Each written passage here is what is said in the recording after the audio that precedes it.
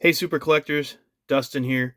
I hope you guys have been enjoying the content so far on the Super Collectors Unite YouTube channel. Today I'm going to come at you with a little bit different video. I'm going to do a run through slash tutorial on the website sportlots.com. Now, if you don't know what sportlots.com is, it's very similar to COMC, except for the biggest difference is with COMC, the sellers ship their cards to COMC. COMC lists them, and when someone buys them, COMC ships them to the buyer.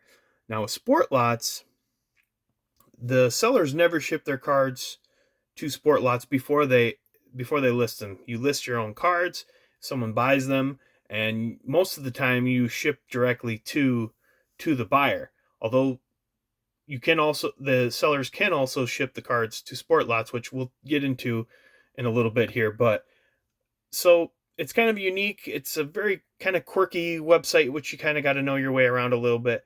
I'm by no means an expert, but I'm going to show you how I do it and the little tips and tricks that I have for using the website. Now, it's really great for player collectors and also for set builders. It's great for getting those sort of common cards that you don't want to spend $2-3 a piece on eBay. You don't want to search through bins at your local card shop. This is an easy place to get cards like that. It's also great for oddball cards. I've bought in a lot of police issue cards off of this website and other oddballs. And once in a while you'll find those gems where they're like $2-3 for a card that's normally 10 or 15 on COMC or eBay.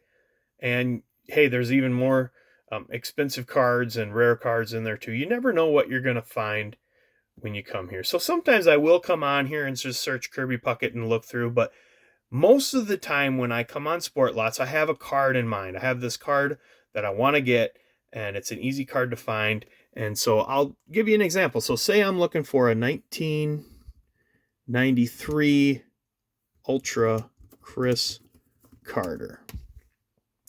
And I'll search, and there it pops up. 1993 Ultra number 268. And there's 32 of them listed. So if I click on this little plus sign, it'll expand.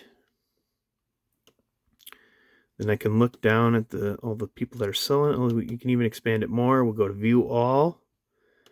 And look at all these people that have them listed. Cards start at 20 cents on Sportlots, but look at somebody's got it listed as $1.40. We got 51 cent. Now another major difference between COMC and Sportlots is photos. Now some people do upload photos of their cards, but you aren't going to get a lot of photos, especially on these 20-cent cards. People are listing tons of cards, and they're not going to waste their time putting a photo on everyone. So you kind of got to trust the condition that they put, which I've ordered a lot of cards and had very few discrepancies on what it was listed and what it is. Now, keep in mind, a lot of these are low-end cards, and so you might order a stack of them, and a lot of them are going to have corner dings and things like that. Things that you shouldn't be too picky about with a 20-cent card. So now that I have all these up and I can see who's all selling them, what I will do, and a lot of times I'll look too and see if this is a seller I recognize the name of, like a Card Fan and Coach Jack. You know, if you've made a lot of purchases, you'll start to recognize some of the names. So I added a bunch. So now let's see. What do I got in my cart? I got 6 cards in my cart. So then I'll go to my cart. Now the reason why I added a bunch is because I want to see how much shipping costs, because they're all 20 cents. But what one can I get the cheapest? So maybe I want to just get one card and that's it and have it shipped to me. So I see this seller right here. This is the shipping. So they have a budget column and a premium column and a box column. We'll talk about the box column later, but basically a budget column is going to be like a PWE, and a premium is going to be like a bubble mailer with tracking. So this guy will ship it to me for only 70 cents. So for 90 cents plus tax, I can get this card. But I usually don't want to get just one card. Usually I want to get the most bang for my buck. So next to all the sellers, there's like a little magnifying glass. So this is another reason why I add a bunch of them to my cart. So now I'll right click and open this in a new tab. And I'll do that to all of these.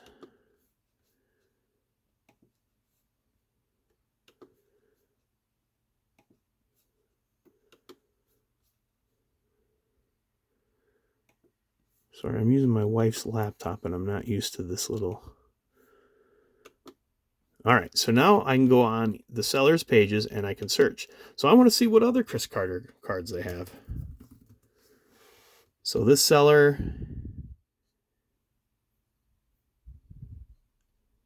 loading.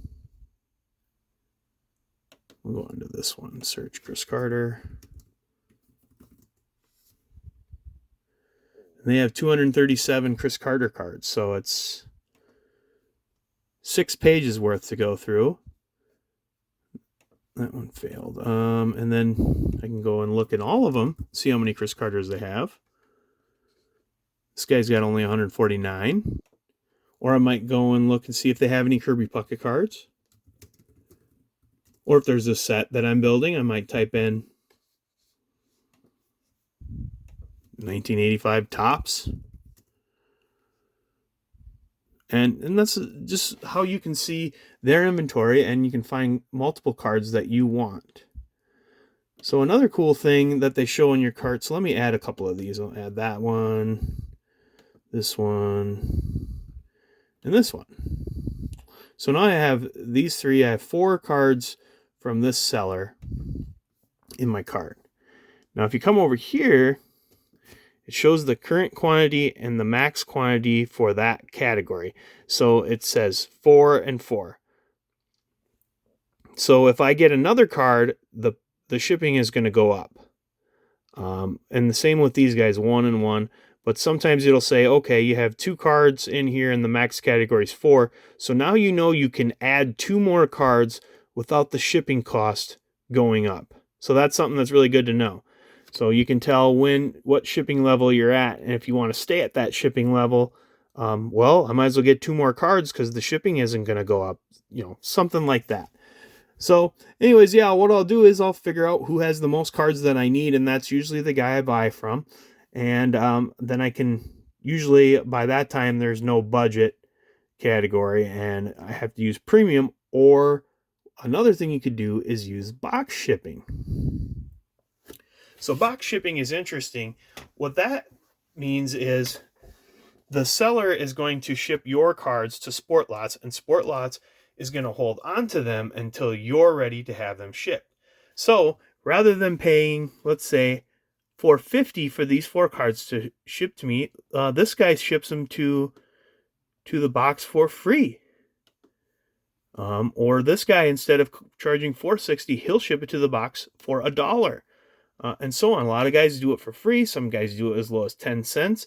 And these are guys that are going to ship they're going to sell a ton of cards.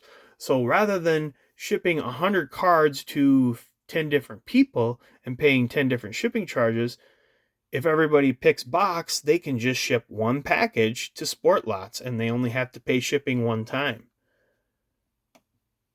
So, and that saves you too, especially if you get multiple orders. If you get, 10 orders or more, you're only paying maybe $1 for each one, and then you pay Sportlots. So let's take a look. I have some orders here in my box right now. I have 7 box orders. I have 6 in my box and 1 on the way. That's one downfall, is a lot of times, since they only will ship periodically to Sportlots, they're not going to ship every single time they get an order. They're going to let it build up. Takes a little bit longer for Sportlots to get your cards than it does you. But if I go into my box here and see what I have, so I have all these cards. I have 48 cards. You could tell that I paid $6.03 total to ship those 48 cards, 6 different orders, and they ranged from 20 cents to $2 to ship them to Sportlots. And now I'll have to pay around $6 to get Sportlots to ship them back to me. So $12 for these 6 orders, which normally I would have paid probably, maybe the single card one was maybe only $1, but the rest of these would have probably been $4 or $5 a piece. So that would, you're talking $25 to $35 in shipping. So you save a lot of money shipping doing it that way. If you're not in a hurry, if you don't need your cards right away, it's a really great way to save on shipping costs. So that's pretty much it, I think. I mean, there's other stuff on here. There's auctions. I did buy an item from an auction one time on here. It's just a lot of stuff to look at. So I would definitely recommend checking out the website. Doing your own little scouring it and looking at all the different sections, and following some of my advice. I think you can really make this website work great for you. So let me know what you think. Let me know if there's any tips or tricks you guys have for sportlots.com, and if you've ever used it or if you plan on using it in the future. Maybe you never even heard of it until today. Anyways, that's all I got, guys. I really appreciate you watching, and we'll see you next time.